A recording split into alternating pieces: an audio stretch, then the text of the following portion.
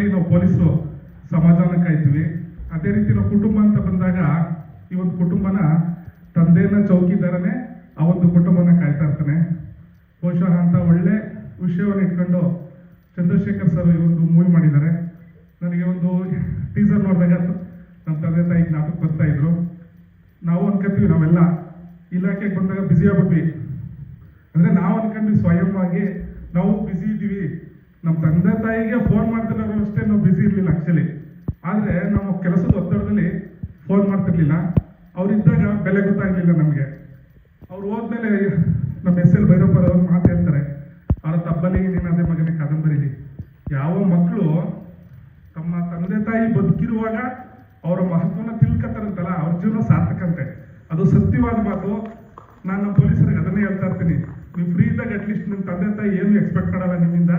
ಒಂದು ಸಣ್ಣ ಫೋನು ಅಪ್ಪ ಅಮ್ಮ ಚೆನ್ನಾಗಿದ್ದಾರೆ ಅಂತ ಫೋನ್ ಮಾಡಿದ್ರೆ ಅವ್ರಿಗೆ ಖುಷಿ.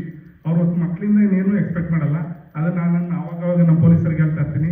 ಬಹುಶಃ ಚಂದ್ರಶೇಖರ್ ಸರ್ ನನ್ನ ಟೀಚರ್ ನೋಡಿದಾಗ ಈ ಒಂದು ಕಥಾ ಹಂದರನ್ನು ಇಟ್ಕೊಂಡು ಮಕ್ಕಳು ಈಗಿನ ಯುವ ಪೀಳಿಗೆ ತುಂಬ ಭಯ ಆಗುತ್ತೆ. ಅವ್ರು ಹೋಗ್ತಾ ಇರೋ ವೇಗ, ಅವರು ಹೋಗ್ತಾ ಇರ್ತಕ್ಕಂಥ ದಾರಿ, ಅವ್ರ ಆಸೆಗಳು ಎಲ್ಲ ನೋಡಿದಾಗ ತುಂಬ ಭಯ ಆಗುತ್ತೆ. ಅಂತ ಸಂದರ್ಭದಲ್ಲಿ ತಂದೆ ಅಂತ ಮತ್ತೆ ತಾಯಿ ಮಹತ್ವ, ತಂದೆ ಹೇಗೆ ಕಷ್ಟಪಟ್ಟಿರ್ತಾನೆ ಮಕ್ಕಳಿಗೋಸ್ಕರ, ಅವ್ನ ಬೆವರು ಹನಿಗಳು ಆ ಮಕ್ಕಳಿಗೆ ಅವ್ರು ಇದ್ದಾಗಲೇ ಗೊತ್ತಾಗಬೇಕು. ಬಹುಶಃ ಆ ವಸ್ತುವನ್ನು ಇಟ್ಕೊಂಡು ಸಮಾಜಕ್ಕೆ ಒಳ್ಳೆಯ ಸಂದೇಶವನ್ನು ಕೊಂಡು ಹೊರಟಿದ್ದಾರೆ. ಹಾಗಾಗಿ ಇಡೀ ನಿಮ್ಮ ಚಿತ್ರ ತಂಡಕ್ಕೆ ಮತ್ತು ಎಲ್ಲ ನಮ್ಮ ಪೃಥ್ವಿ ಅಂಬಾರ್ ಸರ್ಗೆ ಮತ್ತು ಧನ್ಯ ರಾಮ್ಕುಮಾರ್ ಮೇಡಮ್ಗೆ, ಧರ್ಮ ಸರ್ಗೆ ಮತ್ತು ಸಾಯಿಕುಮಾರ್ ಸರ್ ಇಲ್ಲ ಅವ್ರಿಗೆ ಮತ್ತು ಇಡೀ ಚಿತ್ರತಂಡಕ್ಕೆ, ವಿಶೇಷವಾಗಿ ಚಂದ್ರಶೇಖರ್ ಬಂಡಿಯಪ್ಪ ಸರ್ಗೆ ನಮ್ಮ ಮಾಧ್ಯಮ ಮಿತ್ರರ ಸಹಕಾರದೊಂದಿಗೆ ಈ ಚಿತ್ರ ಶತದಿನೋತ್ಸವ ಆಚರಿಸಲಿ ಅಂತ ಹೇಳಿ ದೇವರಲ್ಲಿ ಕೇಳ್ತೀನಿ. ಅಲ್ಲಿ ಇವರು ಫೈಟ್ ಸ್ಟಂಟ್ ಹುಡುಗ, ತುಂಬ ಸಣ್ಣ ಹುಡುಗ, ಅಂದರೆ ಎಷ್ಟು ಆಲಯ 8 ವರ್ಷ ಆಯಿತು. ನಾನು ನಿಜವೂ ಅವ್ರು ನೋಡಿ ನಾವು ರೈತರು ಫ್ಯಾಮಿಲಿಯಿಂದ ಬಂದವರು ಈ ಥರದ ಹುಡುಗರುಗಳನ್ನ ಆ ಥರದ ವಿಚಾರನೇ ನೋಡಿರಲಿಲ್ಲ. ಯಾರು ಇವರೆಲ್ಲ ಪಲ್ಟಿ ಹೊಡಿತಾರಲ್ಲ ಇವರು ಅನ್ಸೋದು. ಆ ಹುಡುಗ ಅವತ್ತಿಂದ ಕಂಟಿನ್ಯೂಸ್ ಎಫರ್ಟ್. ಚಿಕ್ಕ ಹುಡುಗ ಬಟ್ ಅದು ದೊಡ್ಡ ಪ್ರತಿಭೆ, ಖಂಡಿತ ದೊಡ್ಡ ಬೆಳೀತಾರೆ. ನಿಮ್ಮ ಆಶೀರ್ವಾದ ಆಗಲಿ ಅವನಿಗೆ.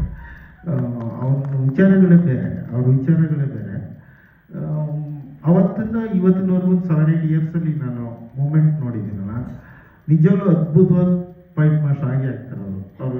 ನಾನು ಒಂದು ಕಾನ್ಫಿಡೆನ್ಸ್ ಮೇಲೆ, ಆಮೇಲೆ ಅಷ್ಟೇ ಒಳ್ಳೆ ಮನಸ್ಸಿದೆ. ಬೆಳೀಲಿ ಸುಬ್ರಹ್ಮಣ್ಯ ಸ್ವಾಮಿ ಶರಣಯ್ಯಪ್ಪ ಒಳ್ಳೆದಾಗಿ.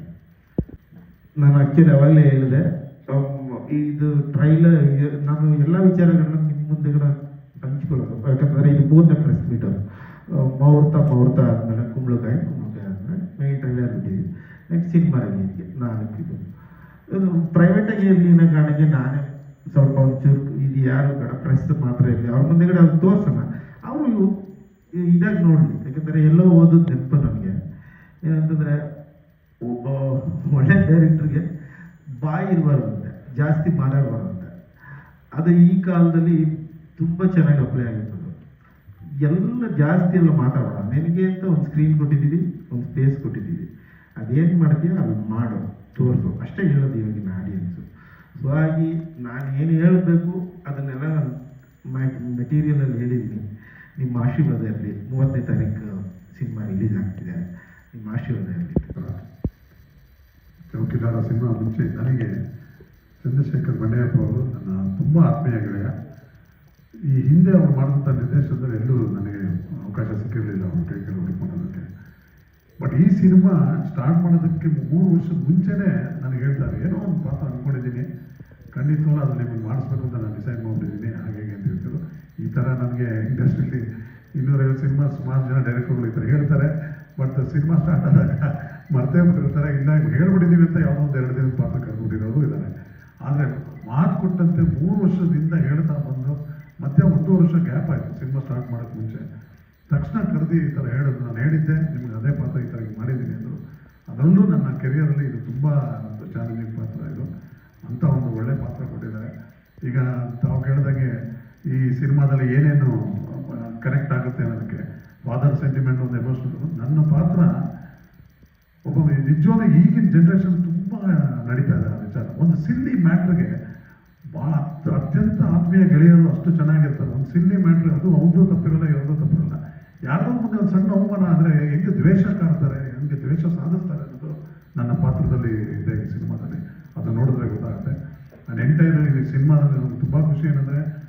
ಪೃಥ್ವಿ ಎಂಬಾರು ದಿಯಾ ಪಿಕ್ಚರ್ ನಾನು ನೋಡಿದಲ್ಲೇ ಅನ್ಕೊಂಡೆ ಒಂದು ಒಳ್ಳೆ ಪರ್ಫಾರ್ಮರ್, ಒಳ್ಳೆ ಅಸೆಟ್ ಇಂಡಸ್ಟ್ರಿಗೆ ಅಂತ. ಅದೇ ಥರದಲ್ಲಿ ಈ ಸಿನಿಮಾದಲ್ಲಿ ಒಂದು ಆ್ಯಕ್ಷನ್ ಓರಿಯೆಂಟಾಗಿ ಒಂದು ರಫ್ ಲುಕ್ಕಲ್ಲೂ ಭಾಳ ಒಳ್ಳೆ ಫೋಟೋಜ್, ಒಳ್ಳೆ ಮೋಲ್ಡ್ ಹಾಕ್ತಾರೆ. ಭಾಳ ಖುಷಿ ಆಗುತ್ತೆ ಅವರ ಒಂದು ಪರ್ಫಾರ್ಮೆನ್ಸ್ ನೋಡಿದ್ರೆ. ಭಾಳ ಚೆನ್ನಾಗಿ ಬಂದಿದೆ ಅವ್ರದ್ದು. ನಮ್ಮ ಧನ್ಯ ರಾಮ್ ಕುಮಾರ್ ಜೊತೆ ವರ್ಕ್ ಮಾಡಿದ್ದು ನಮ್ಗೆ ಖುಷಿ ಆಯಿತು. ಅವರು ಭಾಳ ಚೆನ್ನಾಗಿ ಇದರಲ್ಲಿ ತುಂಬ ಎಮೋಷ್ನಲ್ ಸೀನ್ಸ್ ಇದೆ, ಭಾಳ ಇದಿದೆ, ಅದೆಲ್ಲ ಭಾಳ ಚೆನ್ನಾಗಿ ಮಾಡೋದು. ನಾನು ನೋಡಿದೆ, ನಮ್ಮದು ಕಾಂಬಿನೇಷನ್ ಇದೆ ಅದು ಒಂದು ಸೀನಲ್ಲಿ, ಅದೊಂದು ಖುಷಿ ಆಯಿತು. ಇನ್ನು ನಮ್ಮ ಅದೇ ನಿರ್ದೇಶಕರ ಬಗ್ಗೆ ಮಾತಾಡೋಂಗೆ ಇಲ್ಲ, ಅದು ಎಲ್ಲ ಸ್ಟ್ರೈಟ್ ಪಿಕ್ಚರೇ ಮಾಡೋದು. ಅದು ನಮಗೆ ನಿಜವಾದ ನಮ್ಮ ಒಂದು ಕನ್ನಡ ಇಂಡಸ್ಟ್ರಿ ಬೇಕಾಗಿರೋ ವಿಚಾರ. ಈಗ ನಿಮಗೆ ಗೊತ್ತು, ಎಲ್ಲ ಸಿನಿಮಾ ಎಲ್ಲ ಥರದಲ್ಲೂ ರೀಮೇಕು, ಡಬ್ಬಿಂಗು, ಇನ್ನು ಲ್ಯಾಂಗ್ವೇಜಸ್ ಎಲ್ಲ ಥರ ಬಂದ್ಬಿಟ್ಟಿದೆ ಈಗ.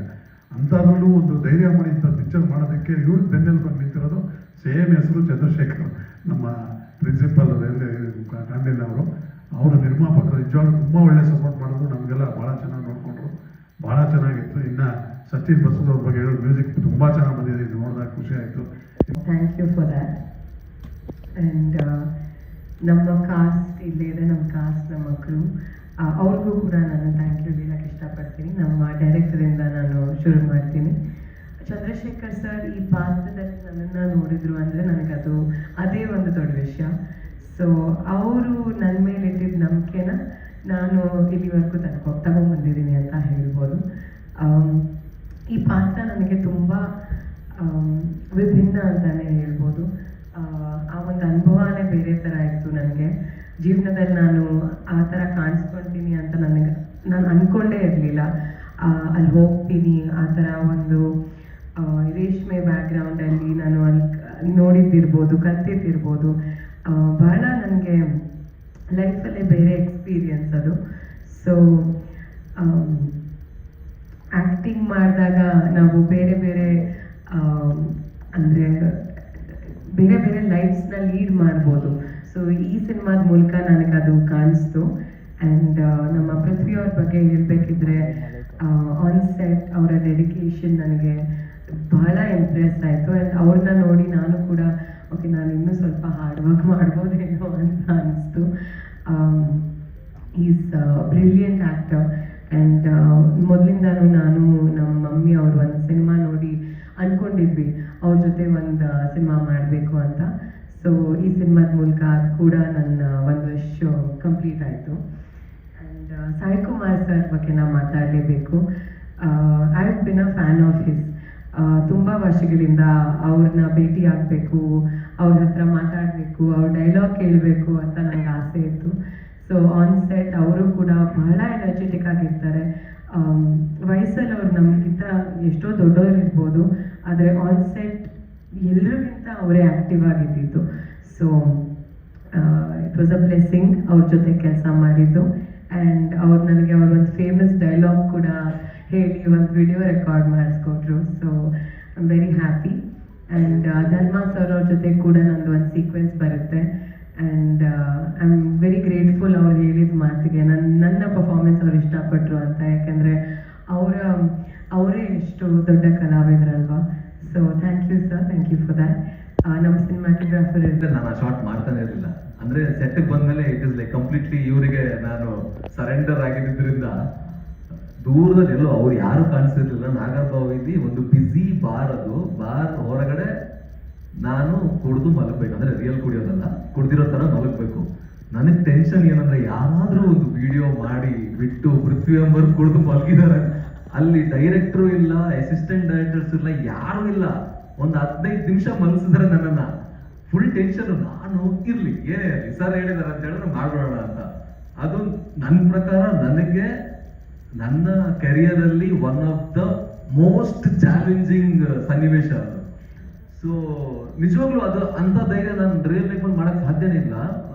ಅದೊಂದು ಒಂದು ರೀತಿಲಿ ಒಂದು ಎಕ್ಸ್ಪೀರಿಯನ್ಸ್, ಒಂದು ಓವರ್ಕಮ್ ಮಾಡಿದ್ದೀನಿ ಅಂತ ನನ್ಗೆ ಅನಿಸ್ತು. ಲಕ್ಕಿಲಿ ಯಾರು ರೆಕಾರ್ಡ್ ಮಾಡಿಲ್ಲ ಅನ್ಕೋತೀನಿ, ಗೊತ್ತೇ ಆಗಿಲ್ಲ ಯಾವಾಗ ಮಲಗಿದಾರೆ ಅಂತ ಬಿಟ್ಟಿದ್ದು ತಿಳ್ಕೊಂಡು ಹೋಗಿದ್ದಾರೆ. ಬಟ್ ಒಂದು ಒಳ್ಳೆ ಎಕ್ಸ್ಪೀರಿಯನ್ಸ್.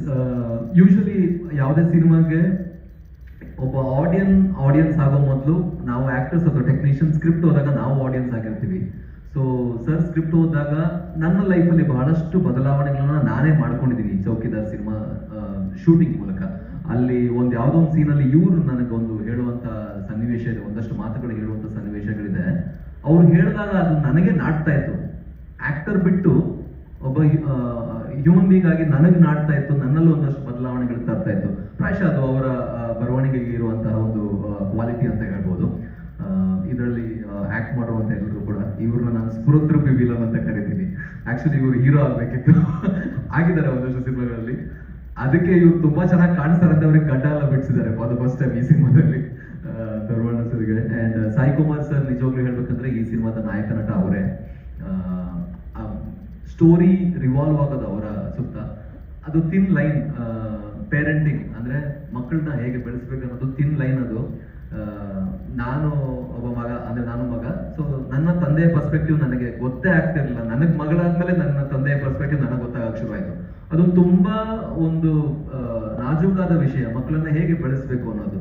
ತೀರಾ ಅವರಿಗೆ ಬೈದು ಬೆಳೆಸಿದ್ರು ಅವರಲ್ಲಿ ಒಂದಷ್ಟು ಬದಲಾವಣೆಗಳಾಗುತ್ತೆ, ಅಥವಾ ತುಂಬಾ ಮುದ್ದು ಮಾಡಿ ಬೆಳೆಸಿದ್ರು ಅವರಲ್ಲಿ ಕೆಟ್ಟ ಪರಿಣಾಮಗಳು ಬೀರ್ಬೋದು. ಸೊ ಅದೊಂದು ಥಿನ್ ಲೈನ್, ಅದನ್ನ ಇವರು ತುಂಬಾ ಚೆನ್ನಾಗಿ ಡೀಲ್ ಮಾಡಿದ್ದಾರೆ ಈ ಸಿನಿಮಾದಲ್ಲಿ. ಯಾವತ್ತೂ ಕೂಡ ಅಷ್ಟೇ, ಸಿನಿಮಾ ಬರೀ ಒಂದು ಎಂಟರ್ಟೈನ್ಮೆಂಟ್ ಮಾಧ್ಯಮ ಉಳಿಯದೆ ಒಂದಷ್ಟು ವಿಷಯಗಳನ್ನ ಜನರಲ್ಲಿ ಯೋಚನೆಗಳನ್ನು ಮೂಡಿಸುವಂತ ಕೆಲಸ ಮಾಡಿದ್ರು. ಟ್ರೈಲರ್ ನೋಡಿದ ತಕ್ಷಣ ಸರ್ ರಾಘವೇಂದ್ರ ಸರ್ ಅವರು ಸಿನಿಮಾ ಬಗ್ಗೆ ಒಂದಷ್ಟು ಮಾತುಗಳನ್ನ ಆಡಿದ್ರು. ಆ ಕೆಲಸ ಸಿನಿಮಾಗಳು ಮಾಡಬೇಕು ಅನ್ನೋದು ನನ್ನ ಆಶಯ. ಅದು ಚೌಕಿದಾರ್ ಮಾಡುತ್ತೆ ಅನ್ನೋ ನಂಬಿಕೆ ನನಗಿದೆ. ಅಂಡ್ ಧನ್ಯ ಅವ್ರ ಜೊತೆ ಸ್ಕ್ರೀನ್ ಶೇರ್ ಮಾಡುವಂತ ಅವಕಾಶ ಸಿಕ್ಕಿರೋದು ನನಗೆ ತುಂಬಾ ಖುಷಿ ಆಯ್ತು. ನನಗೆ ಅವ್ರ ಹೆಸರು ಹೇಳಿದ್ರು ಇದು ತುಂಬಾ ಅರ್ಲಿ ಆಯ್ತು ಅಂತ. ಅದು ನಮ್ಗೆ ಗೊತ್ತಿಲ್ಲ, ಅರ್ಲಿ ಆಯ್ತಾ ಲೇಟ್ ಆಯ್ತಾ ಗೊತ್ತಿಲ್ಲ. ಫಸ್ಟ್ ಡೇ ನಾನು ಇವ್ರನ್ನ ಸೆಟಲ್ ನೋಡಿದಾಗ ನಾವು ಒಂದಷ್ಟು ಕೆಲವೊಂದು ಆಡ್ ಲೊಕೇಶನ್ ಅಲ್ಲಿ ಶೂಟ್ ಮಾಡ್ತಾ ಇದೀವಿ, ಪಾತ್ರ ತೊಳಿತಾ ಇದ್ದಾರೆ. ನಾನ್ ಸುಮ್ಮನೆ ಹಿಂಗ್ ಟರ್ನ್ ಮಾಡಿ ನೋಡ್ತೀನಿ, ಇವ್ರು ಪಾತ್ರ ತೊಳಿತಿದ್ದಾರೆ. ಧನ್ಯ ಅವರು ಕಂಪ್ಲೀಟ್ಲಿ ಚೇಂಜ್. ನನಗೆ ಏನ್ ಈ ತರ ಅಂದ್ರೆ ನಾನು ಕೇಳ್ದೆ, ಅಲ್ಲೇ ಕೇಳ್ದೆ, ಐ ಡೋಂಟ್ ಥಿಂಕ್ ನಿಮ್ ನೆನಪಿದೆ ಎಲ್ಲ ಗೊತ್ತಿಲ್ಲ, ನೀವು ಇದನ್ನ ಮಾಡಿ ಅಭ್ಯಾಸ ಇದೆಯಾ ಅಂತ ಕೇಳ್ದೆ. ಇಲ್ಲ, ಮಾಡಿಸ್ತಾ ಇದ್ದಾರೆ ಅಂತ ಹೇಳಿದ್ರು. ಸೊ ಪ್ರತಿಯೊಬ್ರು ಆಕ್ಟರ್ ಒಬ್ಬ ಡೆಡಿಕೇಟೆಡ್ ಆಗಿ ಮಾಡಿದಾಗ ಒಂದಷ್ಟು ಬದಲಾವಣೆಗಳಾಗುತ್ತೆ. ಸೊ ಇವ್ರು ಈ ತರ ಪಾತ್ರಗಳನ್ನ ಆಯ್ಕೆ ಮಾಡಿರೋದು ಶ್ಲಾಘನಾರ್ಹ ವಿಷಯ. ಸಾಯಿ ಕುಮಾರ್ ಸರ್ ಅವರು ಅದ್ಭುತವಾಗಿ ಪರ್ಫಾರ್ಮ್ ಮಾಡಿದ್ದಾರೆ. ಶ್ವೇತಾ ಮ್ಯಾಮ್ ಅವರು, ಸುಧಾರಾಣಿ ಮ್ಯಾಮ್ ಅವರು, ಅಂಡ್ ಸಚಿನ್ ಬಸ್ರೂರ್ ಅವರ ಮ್ಯೂಸಿಕ್ ಎಲ್ಲರಿಗೂ ಇಷ್ಟ ಆಗ್ತಾ ಇದೆ. ಒಂದು ಹಾಡು ದಯವಿಟ್ಟು ಬೇಗ ರಿಲೀಸ್ ಮಾಡಿ ಸರ್. ಸಿನಿಮಾ ರಿಲೀಸ್ ಆದ್ಮೇಲೆ ರಿಲೀಸ್ ಮಾಡಬೇಡಿ, ಬೇಗ ಮಾಡಿ. ಅಲ್ಲ, ಯೂಶಲಿ ಇದೆಲ್ಲ ಇಂಟರ್ನಲ್ ಟಾಕ್ಸ್, ಇಲ್ಲೇ ಟಾಕ್ಸ್ ಮಾಡ್ತೀನಿ ಸರ್. ಪ್ಲೀಸ್ ಸರ್ ರಿಲೀಸ್ ಮಾಡಿ ಸರ್ ಬೇಗ.